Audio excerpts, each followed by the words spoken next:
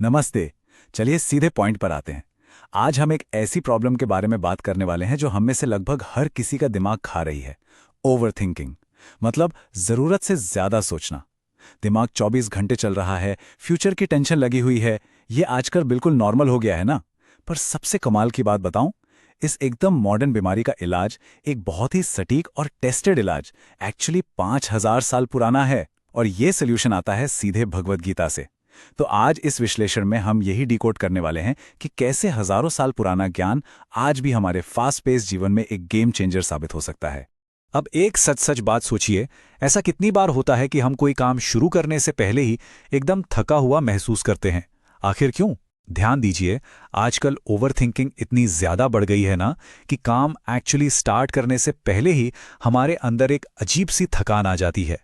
हमारा दिमाग इतनी स्पीड में दौड़ता है, अलग अलग पॉसिबिलिटीज, क्या होगा कैसे होगा के बारे में इतना ज्यादा सोच लेता है कि जब असल में एक्शन लेने की बारी आती है तो हमारी सारी एनर्जी ऑलरेडी ड्रेन हो चुकी होती है। दिमाग काम शुरू होने से पहले ही मानो हार मान चुका होता है। The 5000-year-old solution, the wisdom of the Bhagavad Gita. तो इस ओवरथिंकिंग की बीमारी का समाधान कोई नया 21st सेंचुरी का आविष्कार नहीं है। ये 5000 साल पुराना हल है, भगवद गीता का ज्ञान। सुनने में थोड़ा हैरान करने वाला लगता है ना कि इस आधुनिक मेंटल फटीग की प्रॉब्लम का एग्जैक्ट समाधान 5000 साल पहले श्री कृष्ण ने अर्जुन को दिया था। जो ज्ञान उस वक्त युद्ध के मैदान में दिया गया था, बिलीव मी, वो आज हमारी रोजमर्रा की स्ट्रेस भरी जिंदगी में सबसे ज्यादा प्रासंगिक है। और इस बात का सबसे बड़ा सबूत है ये एक लाइन, कर्मण्यवधिकारास्ते मा फलेषु कदाचन। ये भगवद गीता का सिर्फ एक श्लोक नहीं है, बल्कि एक बेहद शक्तिशाली और प्रभावशाली मंत्र है। श्री कृष्ण ने अर्जुन से एग्जैक्टली यही बात कही थी। और जैसे जैसे हम इस चर्चा में आगे बढ़ेंगे, हम इसे एक सिंपल सी लाइन को अनपैक करेंगे। क्योंकि सच कहूं तो ये एक अकेली पंक्ति अगर ठीक से समझ ली जाए तो हमारे काम करने के तरीके और हमारी मेंटल पीस को पूरी तरह से बदल सकती है। तो चलिए इसका असली मतलब समझते हैं। True control exists only over actions, not the outcomes. इसका सिंपल सा अर्थ यह है कि आपका असली नियंत्रण, आपका एक्चुअल कंट्रोल सिर्फ और सिर्फ आपके कर्म पर है, नतीजे या परिणाम पर बिल्कुल नहीं। हम चाहे कितनी भी कोशिश कर लें, कितनी भी ओवर प्लानिंग कर लें, जो फाइनल रिजल्ट है ना, वो पूरी तरह से हमारे हाथ में होता ही नहीं है। सुनने में ये बात बहुत बेसिक लगती है, राइट? पर एक्चुअली अगर इसे जीवन में ठीक से उतार लिया जाए तो इसकी गहराई हमारी आधी से ज्यादा टेंशन को वहीं के वहीं खत्म कर सकती है। तो अब सवाल यह है कि हम एक्चुअली अपना ध्यान कहां लगा रहे हैं। एक तरफ है अपने काम पर फोकस करना और दूसरी तरफ है रिजल्ट के बारे में स्ट्रेस लेना। लॉजिकली देखा जाए तो हमारा पूरा ध्यान क्रिया पर यानी एक्शन पर होना चाहिए। लेकिन हम असल में करते क्या हैं? हम अपना सबसे कीमती वक्त और मेंटल एनर्जी उस चीज पर लगाते हैं जो हमारे कंट्रोल में है ही नहीं, यानी रिजल्ट का स्ट्रेस। काम कम होता है और टेंशन ज्यादा, और एग्जैक्टली यहीं से सारी परेशानी की शुरुआत होती है। The illusion of control. और एक बड़ा ही रिलेटेबल एग्जाम्पल, असल में हम सबको लगता है कि चिंता करके या ओवरथिंक करके हम फ्यूचर को कंट्रोल कर लेंगे, पर एक्चुअली ये सिर्फ एक धोखा है, एक भ्रम है।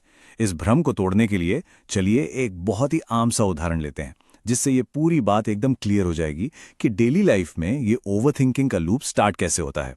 जरा एक स्टूडेंट के बारे में सोचिए जिसका कल एक बड़ा एग्जाम है। एक तरफ है उसका रियल टास्क, पढ़ाई करना, लेकिन दूसरी तरफ क्या होता है? किताब खोलने से पहले ही दिमाग में एक चक्रव्यूह शुरू हो जाता है। यार, मुझे सब याद रहेगा या नहीं? कहीं पेपर बहुत टफ तो नहीं आएगा? फेल हो गए तो क्या होगा? दिमाग किताब खोलने से पहले ही एग्जाम फेल होने के 100 तरीके सोच लेता है। और इस तरह की कंटिन्यूअसली चलने वाली चिंता में होता क्या है? जो हमारा फोकस है, जो वर्तमान पल यानी प्रेजेंट मोमेंट है, उससे हमारा कनेक्शन पूरी तरह टूट जाता है।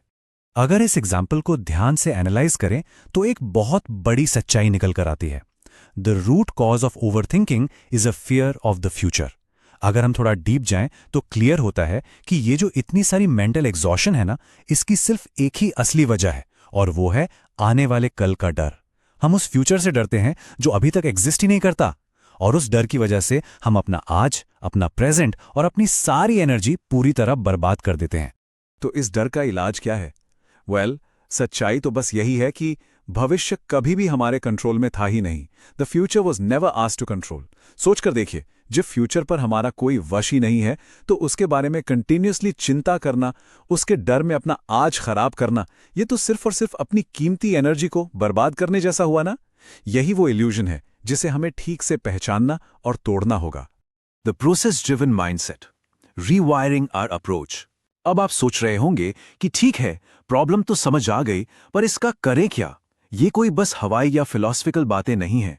हम एक्चुअली भगवद गीता के इस प्राचीन ज्ञान को अपनी लाइफ में प्रैक्टिकली अप्लाई कर सकते हैं। अपनी अप्रोच को रीवायर करके हम इस रोजमर्रा की एंग्जाइटी और ओवरथिंकिंग को हमेशा के लिए छोड़ सकते हैं। इस माइंडसेट को प्रैक्टिकली लागू करने के 3 बहुत ही सिंपल स्टेप्स हैं। पहला, काम करने बैठिए। दूसरा, अपना 100% फोकस सिर्फ और सिर्फ उस क्रिया पर लगाइए जो आप अभी कर रहे हैं। और तीसरा, सबसे इंपॉर्टेंट, रिजल्ट के बारे में सोचना पूरी तरह छोड़ दीजिए। Completely let go of the result. आज से अपनी लाइफ में बस एक नया नियम बना लीजिए कि जब हम काम कर रहे हैं तो सिर्फ काम के बारे में सोचेंगे, आने वाले नतीजे के बारे में बिल्कुल नहीं। इस सिंपल शिफ्ट को देखिए। हमारी जो पुरानी आदत थी वो पूरी तरह रिजल्ट फोकस्ड थी, जहां सारी एनर्जी क्या होगा अगर जैसे यूजलेस सवालों में बर्बाद होती थी। इसका नतीजा, फोकस टूटा हुआ और स्ट्रेस बहुत हाई। इसके बजाय ये नया नियम हमें प्रोसेस फोकस बनना सिखाता है। इस नए रूल से होता यह है कि हमारी पूरी ऊर्जा सीधे उस काम में चैनलाइज हो जाती है जो इस वक्त हमारे सामने है, जिसका सीधा फायदा है एक शांत दिमाग और बेहद डीप फोकस। ये छोटा सा शिफ्ट एक्चुअली एक बहुत ही मैसिव मेंटल अपग्रेड है।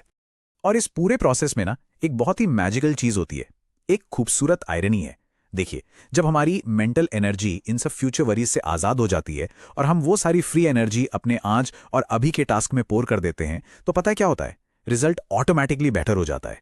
जब प्रोसेस पे पूरी तरह से फोकस लगाया जाता है तो आपका काम इतना हाई क्वालिटी होता है कि फाइनल रिजल्ट खुद ब खुद शानदार निकल कर आता है। एक पीसफुल माइंड के लिए ऑनेस्टली दुनिया की इससे प्रैक्टिकल एडवाइस और कोई हो ही नहीं सकती। तो आज के इस विश्लेषण को हम एक आखिरी और बहुत ही शक्तिशाली सवाल के साथ यहीं रैप अप करते हैं। बस एक पल के लिए रुकिए और सोचिए, अगर ये जो डर और एंग्जाइटी में हमारी इतनी सारी मेंटल एनर्जी बर्बाद होती है, उस सारी वेस्टेड एनर्जी को एकजुट करके आज और अभी के काम में लगा दिया जाए तो क्या कुछ हासिल नहीं किया जा सकता? हमारा पोटेंशियल कितना ज्यादा बढ़ जाएगा। यही तो भगवद गीता की असली ताकत है, जो हर काम को एक नए फोकस ड्रिवन और शांत नजरिए से देखना सिखाती है। तो अगली बार जब ओवरथिंकिंग शुरू हो, याद रखिएगा कि आपका कंट्रोल सिर्फ और सिर्फ आपके एक्शन पर है। इस विश्लेषण को देखने के लिए और इस चर्चा में जुड़ने के लिए आपका बहुत बहुत धन्यवाद।